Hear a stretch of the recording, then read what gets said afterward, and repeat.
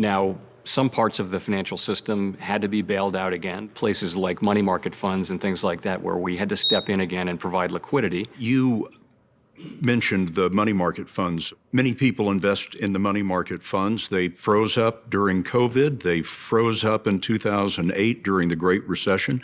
Is there something fundamentally broken about that market? What we try to do is make sure that the banks understand the risks that they're running and have systems in place to manage them. This would appear to be a significant shortfall. One that you do not expect to see repeated? I would say that, we're determined to understand what happened and make sure that whatever happened doesn't happen again. Bitcoin.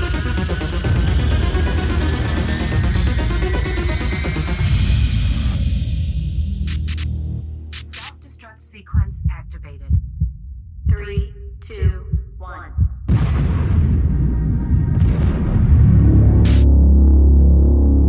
Is this your homework, Larry? Just ask him about the car, man. Is this yours, Larry?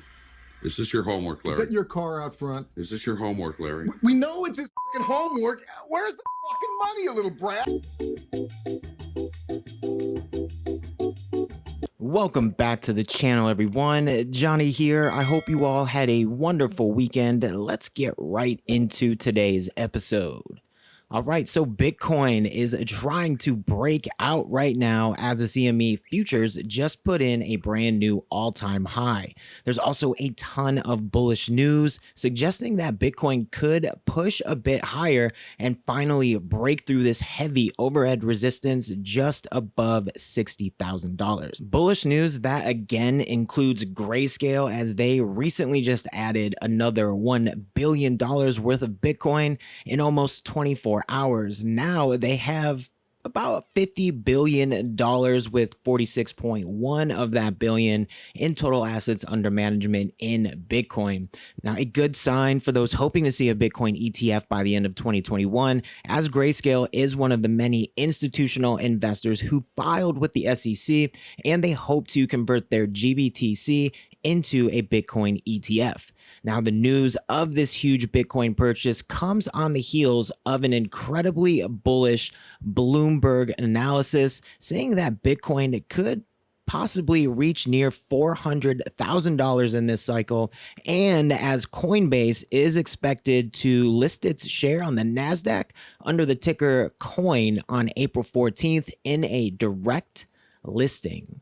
Now, this report is incredibly bullish, but they do definitely acknowledge the 60K resistance level as a pretty solid resistance area for Bitcoin to break through and push into new all-time highs. However, the report details the eroding of this resistance level due to Bitcoin's aggressive capturing of gold's market cap and the massive adoption from financial giants like Morgan Stanley, Visa, Goldman Sachs, Tesla, and many more. All of this bullish news comes after Bitcoin has been consolidating for about a month and a half and is coiling up for a massive move. Now, while the fundamentals are incredibly bullish right now, there are some bearish warning signs in the charts we should pay attention to. Now, starting here on the daily chart, we can see that PA is it's starting to break out across the upper trend line of this ascending triangle, which could also be the neckline of this fairly large inverse head and shoulders. There's no doubt that price structure is pretty bullish right now, but there again are some bearish warning signs that we need to pay attention to. First of which would be the fact that Bitcoin is about to get a pi cycle top moving average crossover,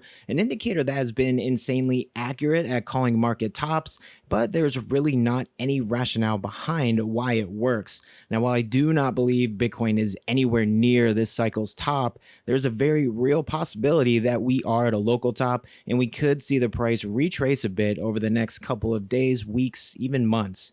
Now, adding some confluence to the bearish idea, here would be these multiple bearish divergences we've seen at every swing high since breaking 50K back in February. Now, should Bitcoin break this diagonal trend line, we could be looking at some hefty bearish price action, possibly sending the price all the way down towards the 21 weekly EMA, which is currently sitting just above $43,000.